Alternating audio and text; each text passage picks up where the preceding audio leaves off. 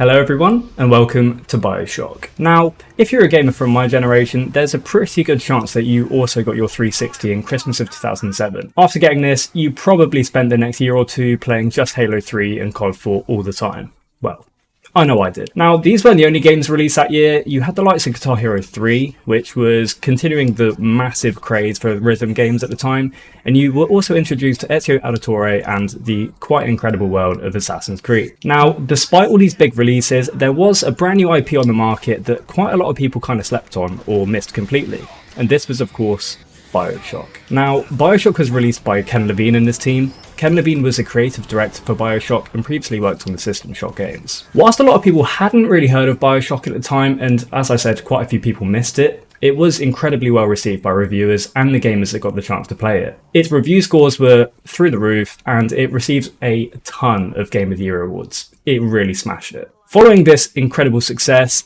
it released two more games. First, we got Bioshock 2, and eventually down the line we got Bioshock Infinite. Sadly, since then we haven't seen another Bioshock game released, although they did re-release the games as a remaster on the Xbox One. Now, these games do look absolutely beautiful. To be fair, the original still looks great even though it's over 15 years old, but the remasters are gorgeous. Now, Ken Levine has announced a brand new IP that he's been working on called Judas, which is releasing later this year. After seeing this announcement and being really intrigued by the trailer, it did really feel just like Bioshock all over again.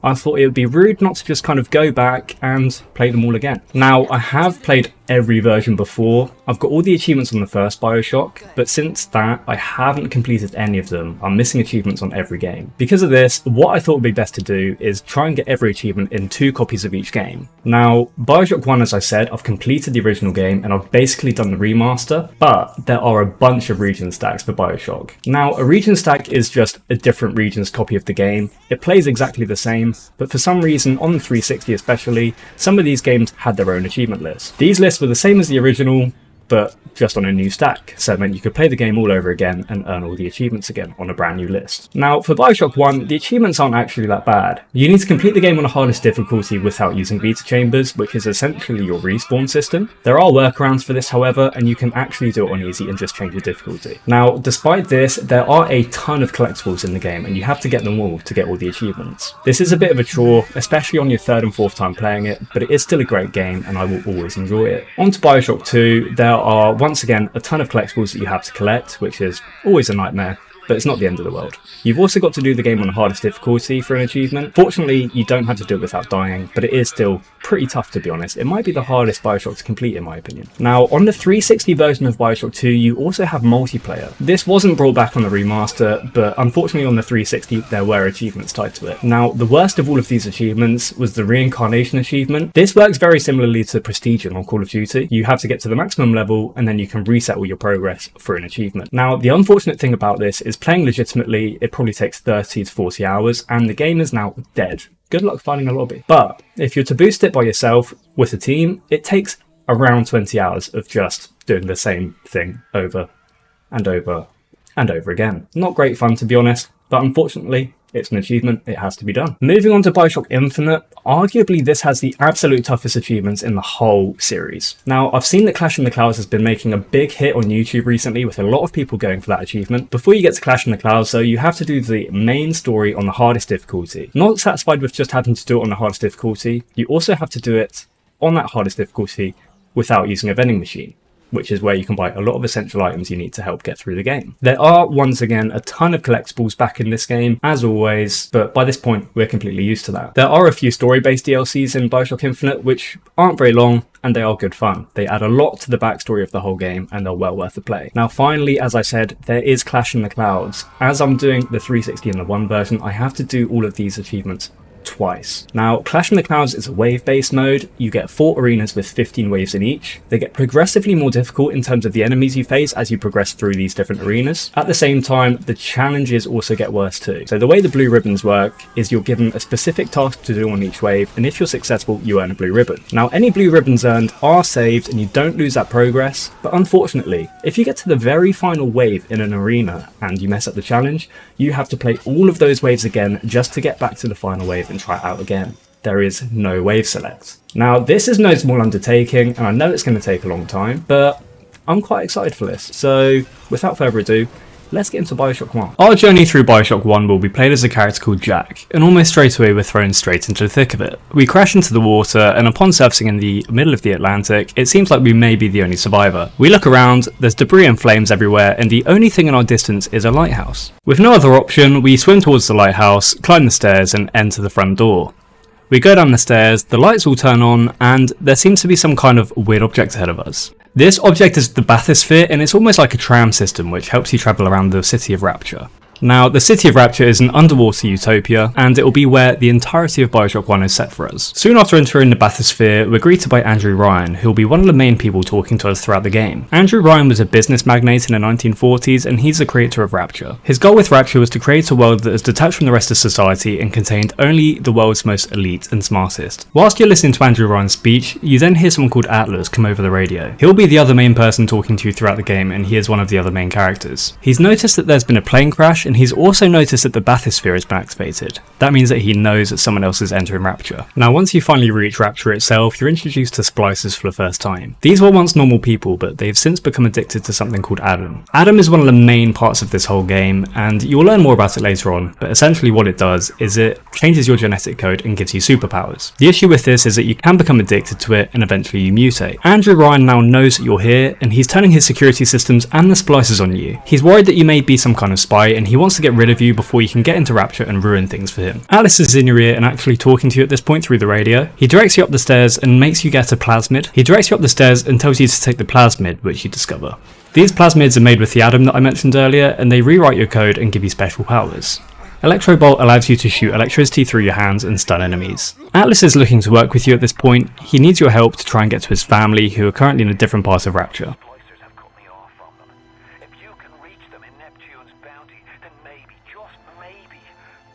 Now, it's at this point in time that we find our first audio log. There's 122 of them in the game, and unfortunately we need to find every single one of them. Shortly afterwards, we use our Electrobolt for the first time on some splicers in the water.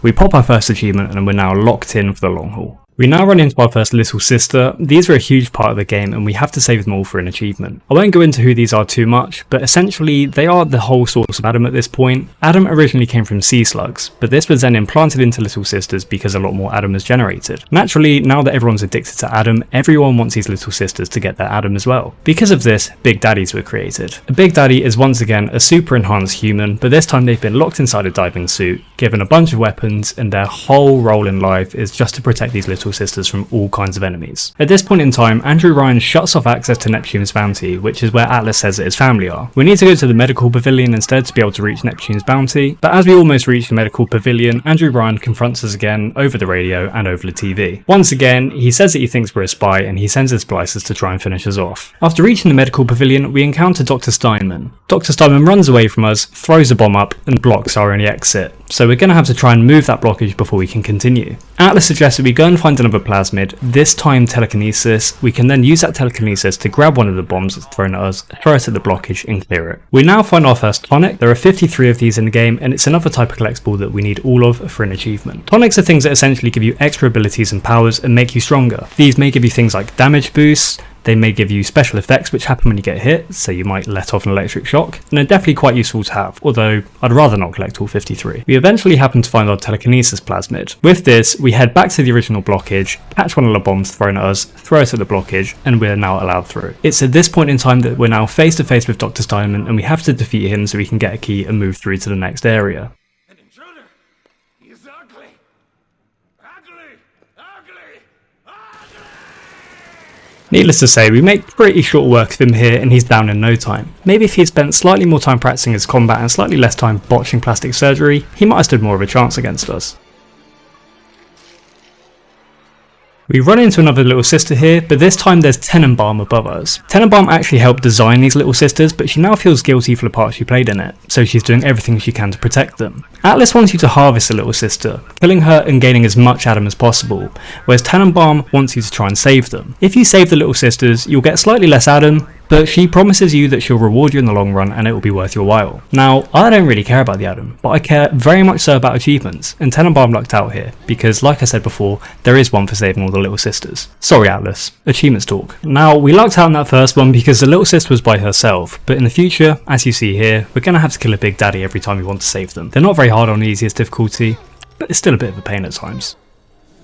Shortly afterwards, we managed to remove the lockdown, head into the metro, and we're now on our way to Neptune's Bounty. Once we're in Neptune's Bounty, once again someone's blocking our way. We're introduced to Peach Wilkins, who used to be a smuggler, getting stuff from the outside world and bringing it down to Rapture. Chances are, if there's a submarine that's housing Atlas's family, it's probably behind this door. Before we're allowed through, however, we need to go and find a research camera and take 3 pictures of a certain type of splicer as research for Peach. Now, as I mentioned earlier, there is an achievement for completing this game on the hardest difficulty without using Vita chambers. Luckily I turned the Vita chambers off here because I went AFK thinking this was just a cutscene type thing and I actually died to an enemy. I came back and thought my game had crashed and I was actually quite worried, but it turns out if you die with Vita chambers disabled, you just get taken to the main menu. Bit of a slip up here, but luckily I did disable the Vita chambers rather than just relying on not dying, so we're still fine. Maybe in the future I'll concentrate just a little bit more. We now find our research camera and go off and research the spider splicers. I won't show all of this because it does take quite a long time, but we actually have to use this camera to research every single type of enemy in the game. There is an achievement for maxing out all research for all enemies, and as a result I will have this camera out for the entire first half of the game almost religiously. After finishing our research, we head back to Peach and they let us through, but they say that we have to put all of our weapons into the pneumo tube because we're not allowed to enter with weapons. Unsurprisingly at this point, we are backstabbed because it's Bioshock and that's just what happens. Now, instead of fighting everything like I'm supposed to, I prioritised on hacking everything in the room first. There is an achievement for hacking at least 40 items and I wanted to get it done early because it takes quite a long time. After finishing up all my hacking, we clear up the room, kill Peach so we can get past, go downstairs and we find our first power to the people machine. There are 12 of these in the game and you need them all for an achievement. Power to the people machines give you upgrades for your weapons. There's 2 upgrades for each of the 6 weapons in the game and they give you things like quicker reload and more damage, and they're well worthwhile to have. Continuing forward, we finally find the submarine that houses Atlas's family. Of course, Andrew Ryan appears again and ruins everyone's plans. He sets a bunch of splicers on you, and just as Atlas is hoping to get to his family, he blows up the submarine and kills them. Atlas sounds absolutely devastated, and he tells you to get away from the splicers and get to Arcadia. Now, Arcadia is essentially the heart of all of Rapture. It's a place that holds all of the plants and trees, and obviously the trees produce the oxygen. Andrew Ryan decides to poison all of Arcadia, being the genius that he is, and that means that we need to stop this and reverse it, or else everyone's going to die. Atlas tells us to find Langford, who's in charge of Arcadia. The only way she'll help us though is if we go and collect a rose for her first. We get the rose and return to her just in time to see Andrew Ryan poison and kill her too. Before she dies though, she quickly writes a code on the window. This code is for her safe, and it gives us a recipe we need to be able to reverse the poison and save Arcadia. We go off and collect all the parts we need to make the recipe and finally craft it.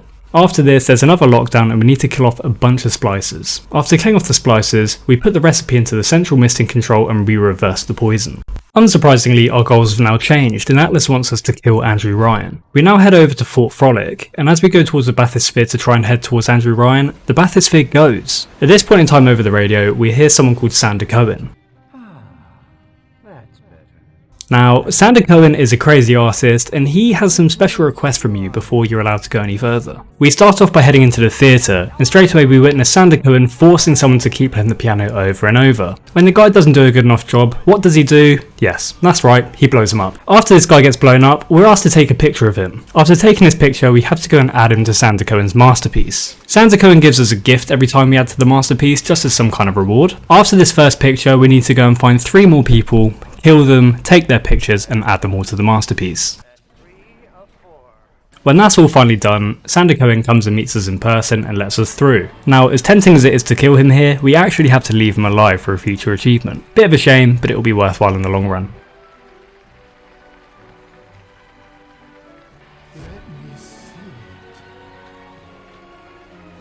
We can now finally make our way back to the bathysphere and head on to Hephaestus. Now, this area is actually the power facility for the whole of Rapture. We're tasked with getting all of the components that we need to make a bomb, which can then disable all of the power, and we can make our way through the locked doors and get to Andrew Ryan. After a bunch of exploring, we get all of the components we need and craft the bomb. We then rush through over to the core, plant the bomb and set it off. After setting off the bomb, we disable the mag locks and we make our way through to the central control, which is where Andrew Ryan has been hiding the whole time. Now we're finally here and about to encounter Andrew Ryan. Now right here is what I feel is one of the most iconic bits of video game story ever, so I'm gonna let it play out. If you're not really interested in watching it, maybe skip forward about 5 minutes, but it pieces the whole of Bioshock together and really helps you understand the story. What separates a man from a slave? Money? Power? No. A man chooses. A slave obeys. You think you have memories. A farm, a family, an airplane, a crash, and then this place. Was there really a family? Did that airplane crash? Or was it hijacked? Forced down. Forced down by something less than a man, something bred to sleepwalk through life until they are activated by a simple phrase spoken by their kindly master. Was a man sent to kill, or a slave? A man chooses. A slave obeys. Come in.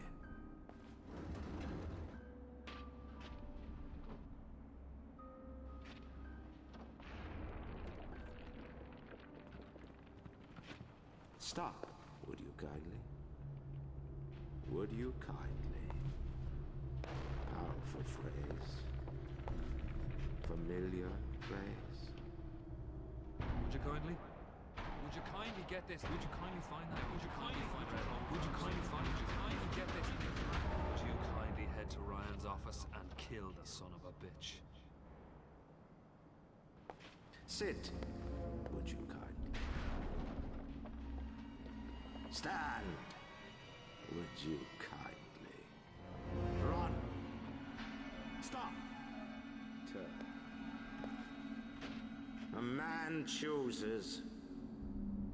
A slave obeys.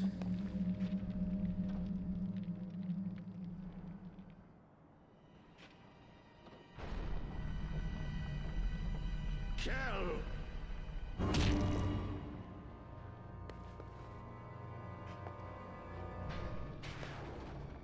A man chooses.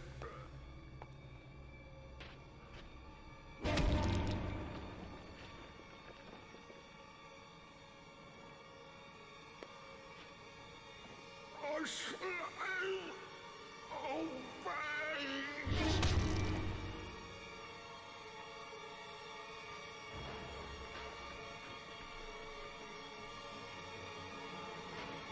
Obey!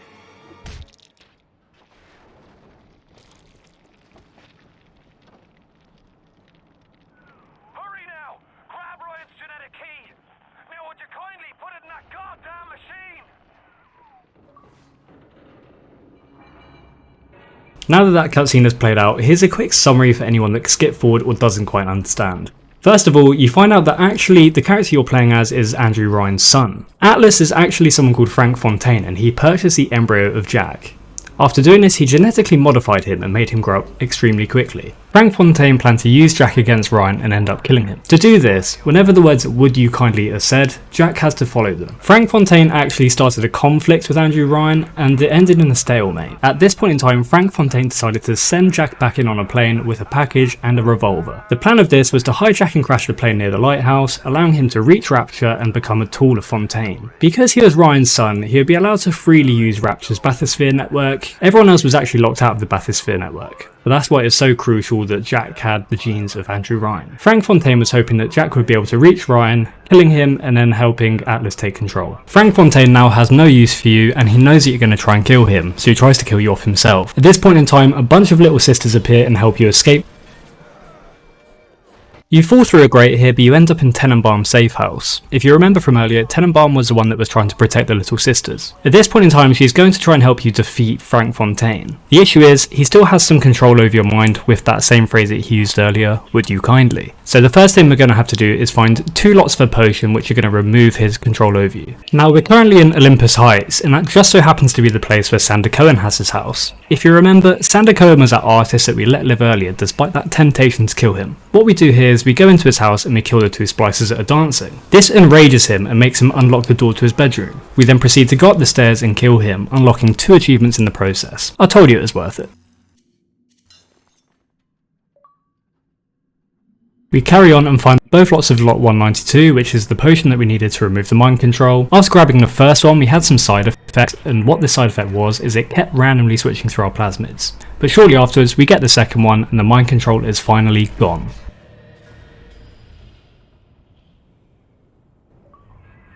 Now you are having freedom. Su Chang's drugs should have no hold on you. Take the bathysphere to Point Prometheus. It is time for this matter to be settled. Now at this point in time we need to head to Point Prometheus to find Atlas and finish him off. Just after being told to do this we find our 53rd tonic. This was the first of the 3 collectible achievements we had in this game.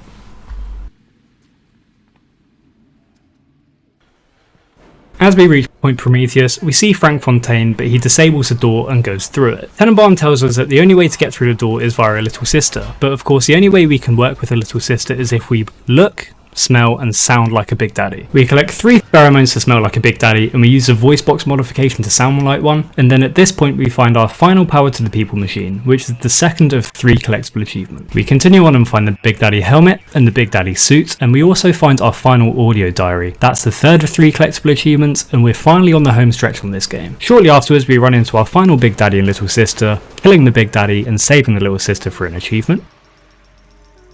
We then find the Big Daddy boots, which completes our objective, and we head over to a vent to summon our little sister. It's finally time to end this. The little sister crawls through the door and then lets you through. At this point in the game you just have to protect the little sister while she harvests from some dead bodies. It's nothing interesting, so I'm just going to skip past this bit. At this point in time we reach the final room before Fontaine, so we prepare ourselves, stock up on some ammo, and we head up the elevator to meet him.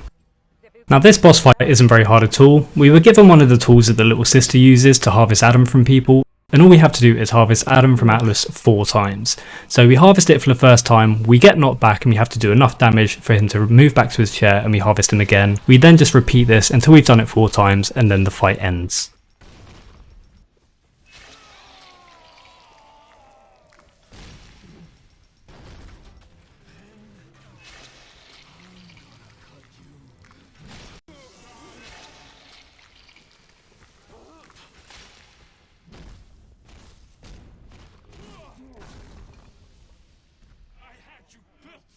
I sent you topside. I called you back, showed you what you was capable of.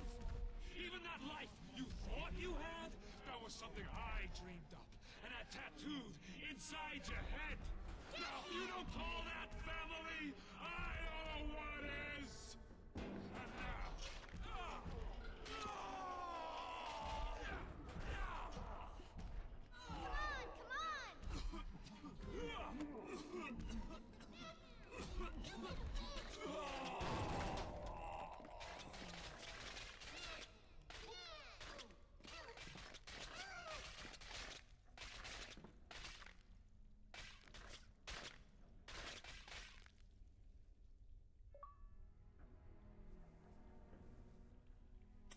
Is that everything is a question? They offered you this city. Is. And you refused it. And what did you do instead? What I've come to expect of you. You saved them. You gave them the one thing that was stolen from them. A chance. A chance to learn. To find love. To live. Now, because we saved every little sister, the end of the game shows us returning to the surface with 5 of the little sisters and living with them full time. They stay under our care for life, and then at the very end you see that we live full lives with them and they're all around you in your deathbed as you're about to pass away. Very nice ending. Now that was the completion for the German version of Bioshock. I quickly show you the very ending of the Japanese version as well. Obviously I'm not going to show the whole thing twice, but that was the whole of Bioshock 1 done both times, and we're on to Bioshock 2. Oh, thank God. So there we go. They offered you That this is city. the Bioshocks they're done. Now I'll be honest, I don't really care for Bioshock 2. It's not necessarily a bad game, but it just doesn't have quite the same feel as Bioshock 1 and Infinite does to me. Because of this, I'm going to quickly skate over the achievements I needed and leave it at that, because after that we can get onto Infinite, which is much more interesting. Now a quick TLDR of the story. This is set 8 years after the first Bioshock. You play as a type of Big Daddy rather than Jack himself. Now at this point in time, obviously Andrew Ryan is dead, and Sophia Lamb has taken over Rapture. At the start here, you see that the Big Daddy is forced to kill himself by Sophia Lamb right in front of his little sister. You then wake up years later, and the whole point of this game is to try and reunite your Big Daddy that you're playing as with your little sister. Now, starting on the 360, I had to do this on hard difficulty, and the first achievement I got was for killing 50 enemies with Hack's machinery. The next achievement that popped during this playthrough was for getting 100 audio diaries, so just like the first game, it's a ridiculous amount of collectibles. Fun! Next I popped the Research Master achievement. This was just like the achievement in Bioshock 1 again, where you had to max out your research for all of the available enemy types in the game. We then got our last weapon upgrade for the achievement. There's 14 power to the peoples in this game instead of 12, because there was an extra weapon, but as always, collectibles. Getting bored of them, but we're almost there. Just after this was the end of the game, and we popped our hard difficulty achievement. Now, we still had the multiplayer stuff to get on the 360, but all the campaign stuff was finally done. I will let this ending play out just for anyone that's interested, even though we have skated over pretty much the whole game.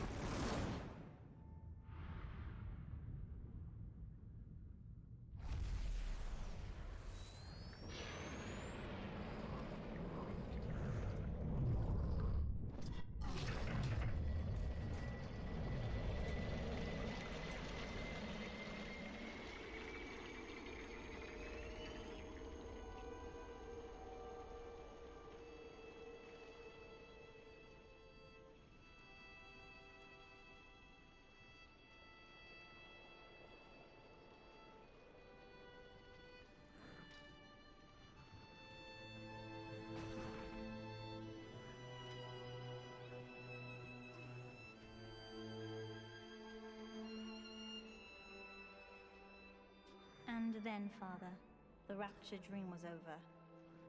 You taught me that right and wrong are tidal forces, ever shifting. To survive in Rapture, Father, you took what you needed from the innocent. But when the guilty posed no further threat, you simply walked away. I wanted Mother dead. But broken as she was, how could she hurt me? Now, she will grow old and die, knowing that I rejected her.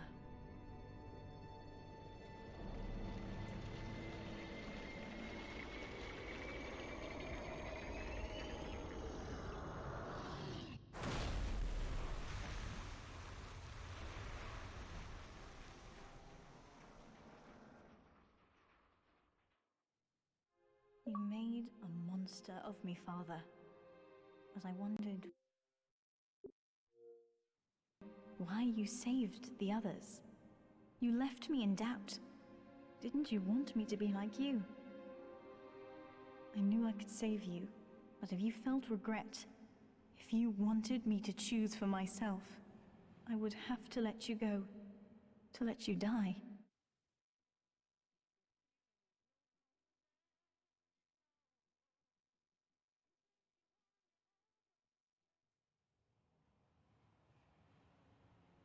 The Rapture dream is over, and in waking, I am alone. Mother, I left behind, and you chose to die rather than to have me follow you.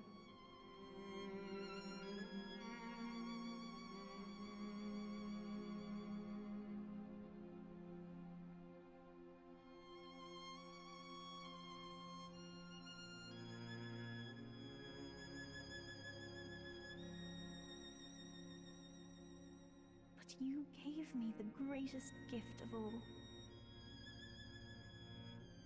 Something I have never had.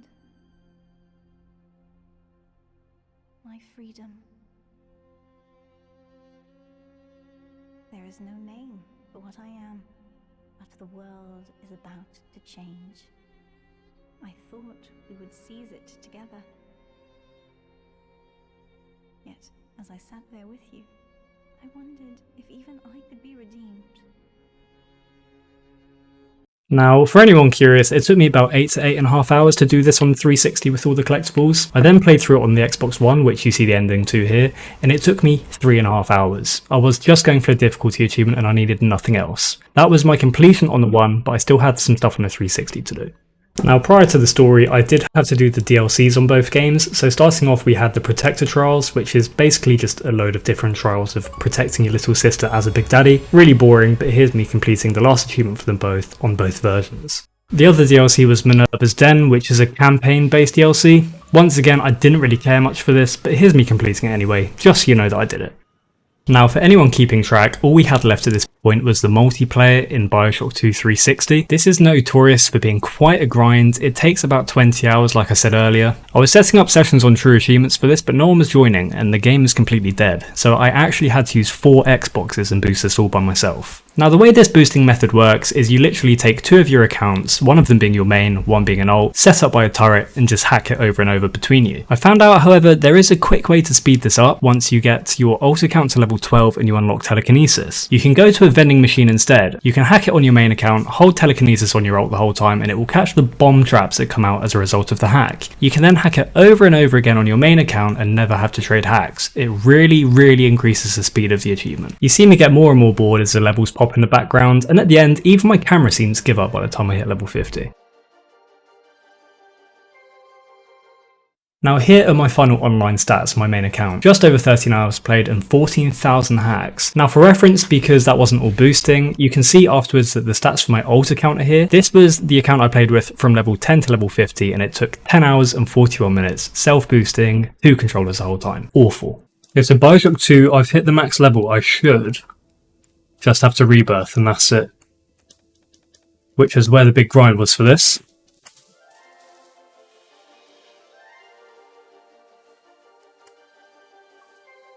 Progress reset, 100 gamer score, reincarnation.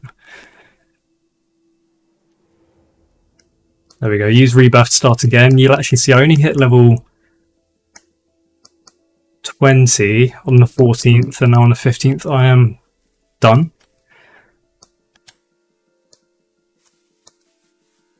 If the achievements load. So there you go. Now, I'm afraid to say with Bioshock Infinite, I love the story, but I've already done it on both versions, so you're not going to get to see any of that. Despite that, I did have to do both DLCs. I'm not going to show them in the interest of time, but here I'm just going to show you the achievement for me finishing Burial at Sea Episode 1 and Burial at Sea Episode 2. They're the first 2 DLCs of this game. Now, the only thing left for this entire series is doing Clash in the Clouds twice. So you spawn in, you pick up your first infusion, your first weapon, your first figures, and you prepare to get started.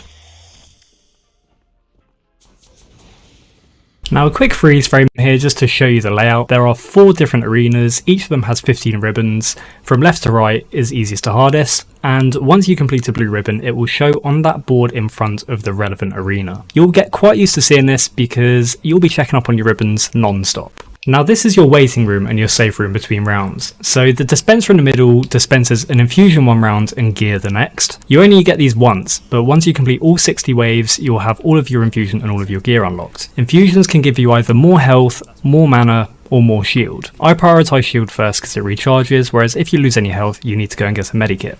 So as I mentioned previously, each wave has a certain challenge that you need to fulfill to get a blue ribbon. If you earn the blue ribbon, you then keep it for good and you never lose it. But say you fail on wave 15, you need to get all the way back to 15 to try and attempt that ribbon again. This wave here, you need to kill all enemies without losing any shield, so here you see me killing them all, not losing shield, and popping the blue ribbon at the end. That's 1 out of 60. Now another mechanic in this game is the resurrection doors, so you can see one on this freeze frame here and you also get it in the waiting room between rounds as well. You can activate this a maximum of 3 times, but it goes up in cost with each use. If you use a resurrection door, then what happens is if you die, instead of failing a challenge, which is what normally happens when you die, you're revived again with full health and you can continue your challenge without failing it. Here you can also see the gear that I mentioned earlier. You can get a total of 4 pieces in different slots and they give you different powers and effects which generally make Clash in the Clouds easier. The only issue is sometimes it gives you effects which might make you fail a challenge if you use them, so you do have to be a bit mindful. Now this is footage of me playing on a 360, which was my second run through of Clash in the Clouds. This is a method which lets you grind for money really quickly, so I did abuse this just so I could get all of my weapon upgrades and also all of my vigor upgrades early on. This just made me do a lot more damage, be a lot more powerful, and it just made the blue ribbons a lot easier to obtain. Now when I was satisfied that I had enough money, I killed off this Patriot to end the round. Something I didn't mention earlier is that there are also weapon upgrades and these vigor upgrades. So with the money you earn each round, you can use this to upgrade things like your weapon damage, you can also upgrade things like your ammo capacity, and you can upgrade your vigors. Now this was the end of my first run on the 360. Obviously the 360 was my second attempt at all of this, so I'm quite experienced at this point, but I got 11 out of 15 ribbons and I was missing just 4. Obviously I missed out on 1 ribbon because I was grinding that cash. Now something that's going to become a very common feature in this DLC is the game messing you over. So one of the blue ribbons I missed was for killing the siren before she resurrects any enemies. The way that the siren works is you'll go over to a dead body, hover above it, do an animation and then resurrect them. So I needed to kill her very quickly before she could resurrect anyone. Now in this clip you can see I definitely kill her, but at the same time she somehow manages to resurrect even though I don't see any enemies anywhere, and I fail the challenge. I then accidentally kill this handyman and fail another challenge. I get all the way back to wave 10 and kill the siren again, I clear off the rest of the enemies, and it seems like this time I got it done because the blue ribbon pops.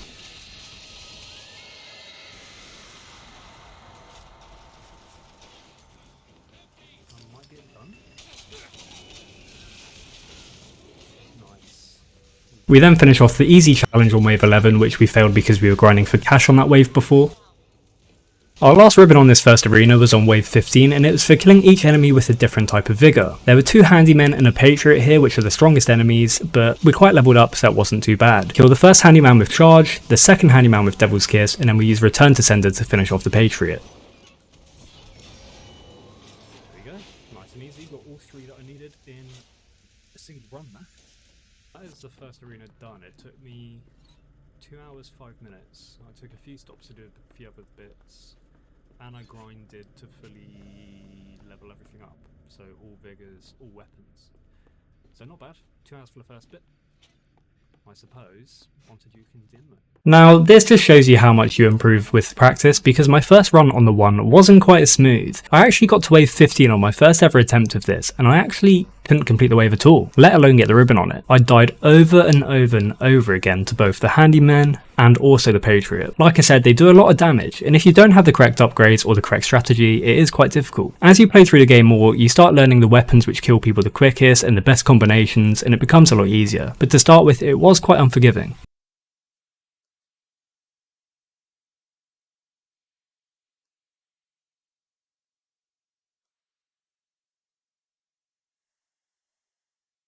When I finally gave up on wave 15, I still ended up with 11 ribbons and I was missing just 4, but some were quite different to the ones that I was missing on the 360. Within a few quick attempts though, I managed to mop up everything I needed on the Xbox One as well. So at this point in time, both the 360 and the 1, the first arena is now complete with all 15 ribbons. Now moving on to the second arena and starting on the Xbox One, I played through about 11 waves of this and then I just stopped. I don't really know why. So when I came back to it a second time and finally finished a whole run through of the 15 waves, I was on 12 ribbons, although I only got 7 on that full attempt because the 2 attempts were combined. Then my first run on the 360 version, I believe I ended up with 10. So I wasn't missing many, to be honest. It was quite a good set of attempts. Now onto Arena 2, and this is where things do start to increase in difficulty. One of the hardest challenges is this one right here. To complete it, you need to hit 5 enemies at once with a Devil's Kiss vigor. The issue with that is they all start up on a balcony, and if you knock them down to the floor, they are hyper aggressive. I started this out incorrectly, and I was using Undertow and physically pushing them, which was stupid, and it splattered them all over the place, and it became a real nightmare to try and gather them together. I spent most of my time running in circles, trying to heal myself on the med kits that were around in hopes I could survive, and flukily just drag them together and hit them. Now, after way more failed attempts than I really cared to show at this point, I finally wised up and did it the correct way. So this time I used Undertow and I held left trigger. This pulls the enemies towards you, so you can easily group them around you. I think I got thrown a health kit at this point in time so I could stay alive, because they do quite a lot of damage, but I gathered them around me, lobbed the Devil's Kiss on the floor, panicked a bit when it didn't pop at first, but eventually the ribbon appeared and that challenge was complete.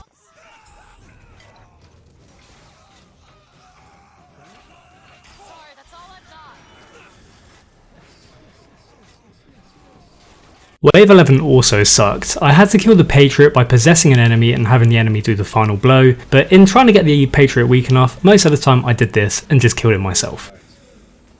Now round 10 was absolutely the worst part of this arena to me. The blue ribbon is to complete the wave using only charge, return to sender and shotguns. The problem is my charge was fully upgraded, so often it would use an ability and it would fail the wave by itself. Return to sender didn't seem to work properly. If you got too close with the shotguns, you'd die very quickly. And the problem is there's also a bunch of enemies with some kind of like RPG. I can't remember what they're called. The problem with this is if that type of enemy hits one of the weaker enemies and kills them, then you fail because you haven't technically killed them with the requirements that you're supposed to. After plenty of pain and suffering though, we did finally get a clean run and actually get the ribbon we were missing.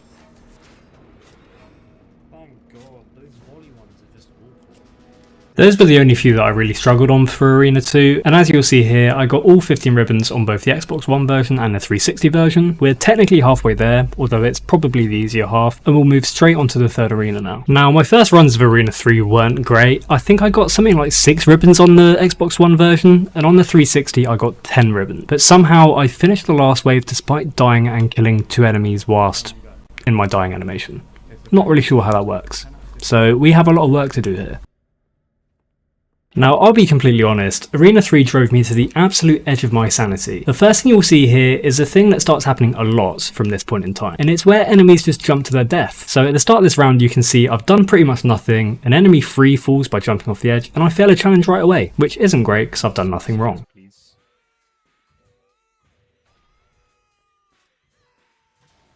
One's fallen to their death, so I've failed the bigger traps. Now, I wish this was the only time it happened. Straight away, why not? Let's give you 2 more examples of it happening on the same bloomin' map.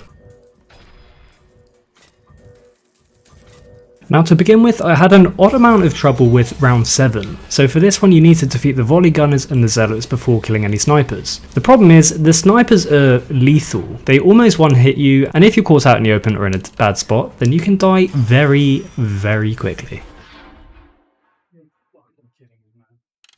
Eventually I got this done though, and we moved on to round 8, where you need to defeat all enemies with turrets or environmental hazards. This was without a doubt one of the worst challenges in the whole of this game. The problem is you get a bunch of rocket launcher guys which can hit other enemies and kill them, failing the challenge. You use the tears to bring in turrets which die almost instantly to the enemies and do no damage. If you try and get near the enemies by the Tesla coil, which is one of the environmental hazards, you die almost instantly, and once again you risk the splash damage of the enemies. It was just a nightmare, and some of my attempts were literally 10 to 15 minutes of just riding a sky rail just to be shot out of the air or fail because of friendly fire. It was awful. The thing is, I realise I'm not recording. Secondly, I've just done one of the 2 challenges I needed on this, which I've been struggling with, and the game's crashed on the next round.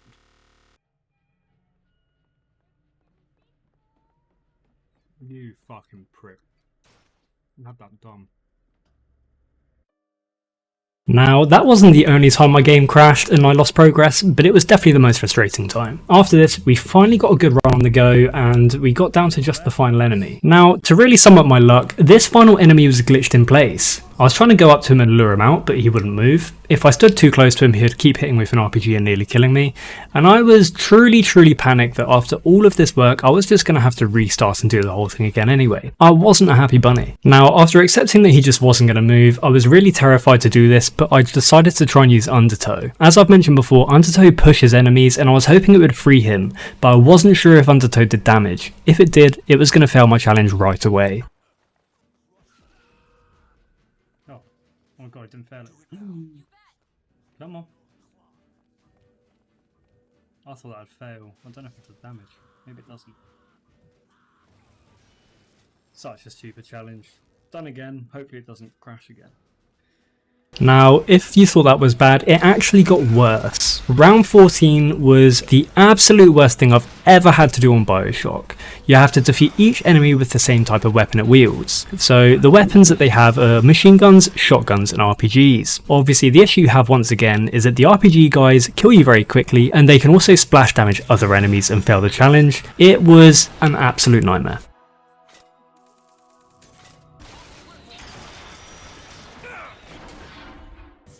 Now, as you saw, I died a lot of times and struggled way more than I ever should have, but after many failed runs, I finally got a clean run on the Xbox One. I got quite lucky because at one point in time you can see I actually hit a normal enemy with an RPG, but it doesn't kill him, and it's the finishing blow that actually matters here. So I finally got it done. The issue is though, I then had to do it again on the Xbox 360, and it actually got worse, if you can believe that.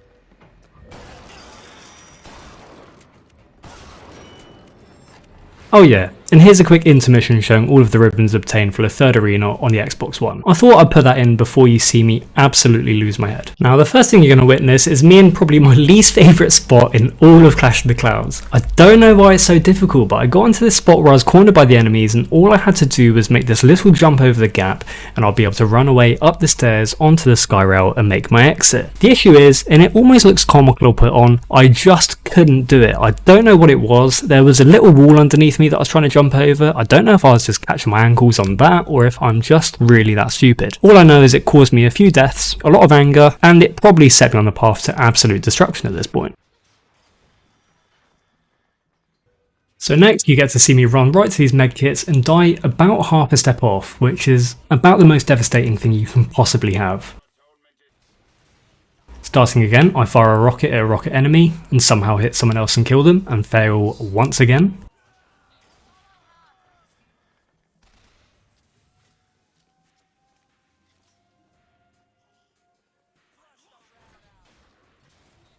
I then get this where I thought that the guy had died to friendly fire, so I stood still, then my return to center went and I got hit by an RPG and died.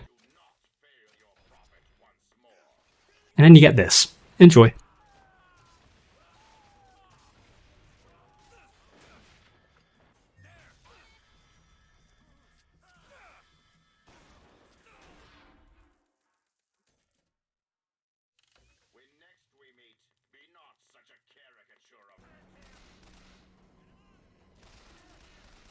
After all that pain, we knew we had to get it done. So the hood went up, we went into focus mode, and I did what I probably should have done about 20 attempts earlier, because in reality, it just wasn't that hard.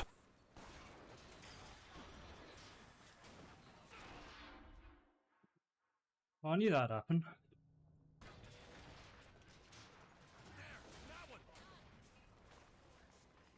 One shotgun is still alive.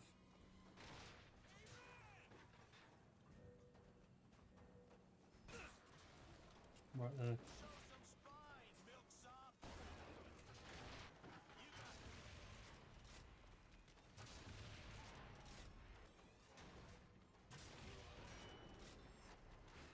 Oh! Thank God. The stress, my God. Raven's Dome finally complete. Now onto the final arena, which was Emporia, and this was my very first attempt on the one. 6 out of 8 ribbons, and the game crashed again, losing all my progress. Now working through the challenges on the Xbox One, this was the first one which I had some difficulty with, so you have to kill every enemy with the sniper. The thing is you have a limited amount of ammo and there are so many enemies. One thing that you can make the most of though is if you die and use a resurrection, you come back with full ammo. It's still a little bit hectic, it's quite hard to hit the shots because so many enemies are running at you and they're so quick, but after a few attempts we did get that done.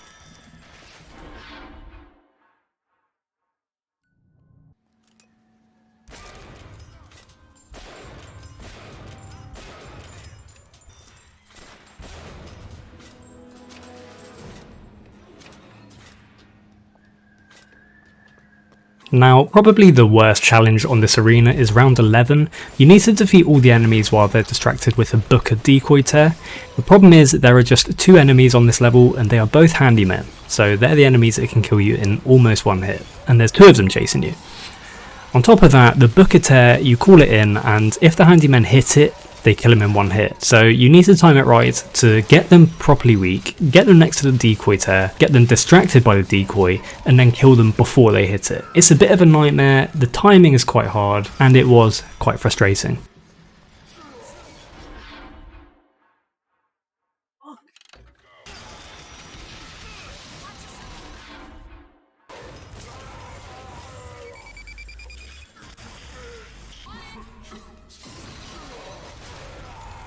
Now, after a number of attempts where I was pretty sure I'd done it, but somehow it failed, even though they looked distracted, we finally managed to get the good run and get this challenge done. Like I said, it might be the hardest one in this arena, so I was quite relieved to get that done. Now, on to round 12, and you need to defeat all of the soldiers and zealots with Bucking Bronco followed by a charge. I failed this for the first time just because I didn't read what I had to do, and I instantly shot the first enemy that I saw, not realising what it was. After realising the challenge though, I still failed a few times. I don't know if this was because of an upgrade to the Vigors, but I know for sure that at times it was because I had gear on which affected it. This is really annoying because as you're noticing now, all of the difficult challenges on this arena are right near the end, so every time you fail you need to play all the way back to round 10, 11, 12, 13. It's pretty annoying, I won't lie.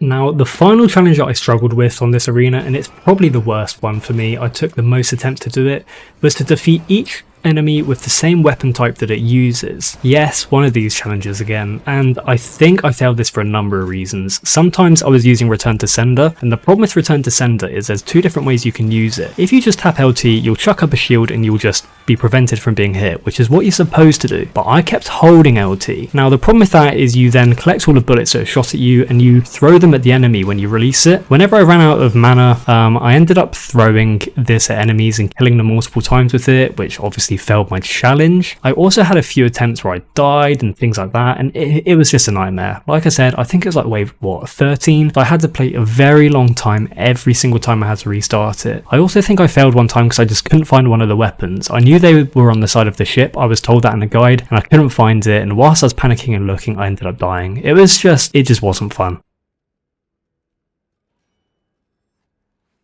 Now at this point in time, as you can see, I got all of the ribbons on the Xbox One, but you might have realised I haven't shown the 360 version of this final arena. Now the reason I didn't show it is because I got basically a flawless run, getting 14 out of 15 ribbons on my very first attempt due to my experience. So I'm just going to let it play out with the live commentary. Enjoy. Wow.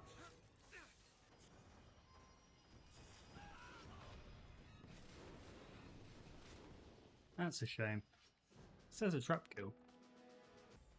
Then complete the challenge. Yep.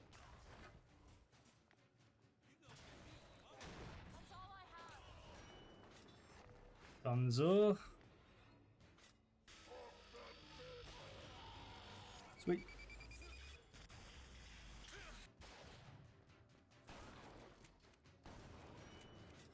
Nice.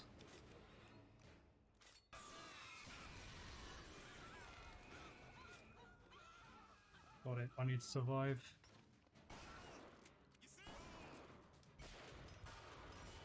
Oh, big choke, but I got it done. Normally I don't struggle like that on that, but I got stuck. I forgot I had to summon the other hook in.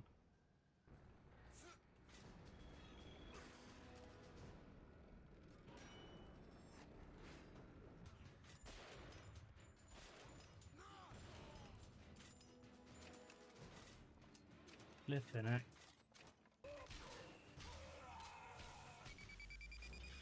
Oh my god, I got it first time. I cannot believe that.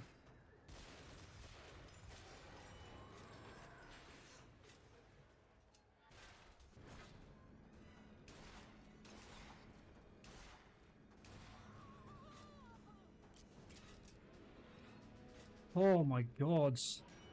Sweaty.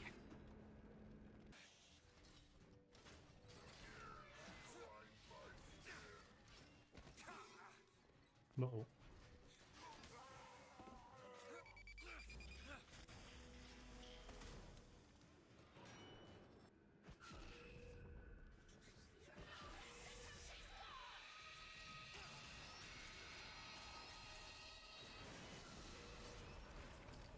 My god.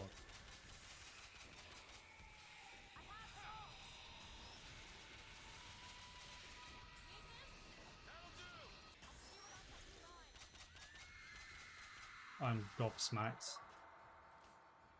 I am utterly gobsmacked. Basically a flawless run. I missed one ribbon. Very, very, very first attempt.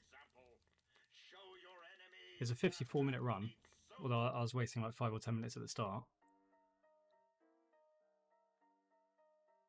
Wow.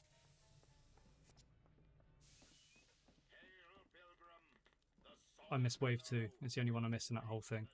Now I saved up every achievement in these games and popped the final one on each game on the same day all in a row. So this is me finishing both versions of Infinite finally. There it is. that is the big one. In Clash of the Clouds, completed all Blue Ribbon challenges.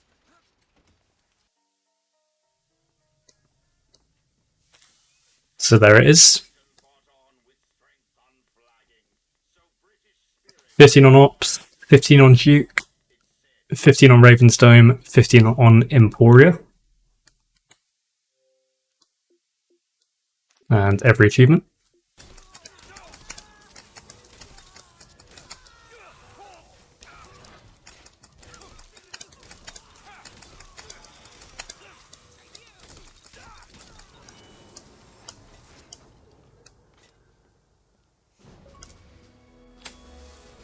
And there it is again, 0.29% of gamers.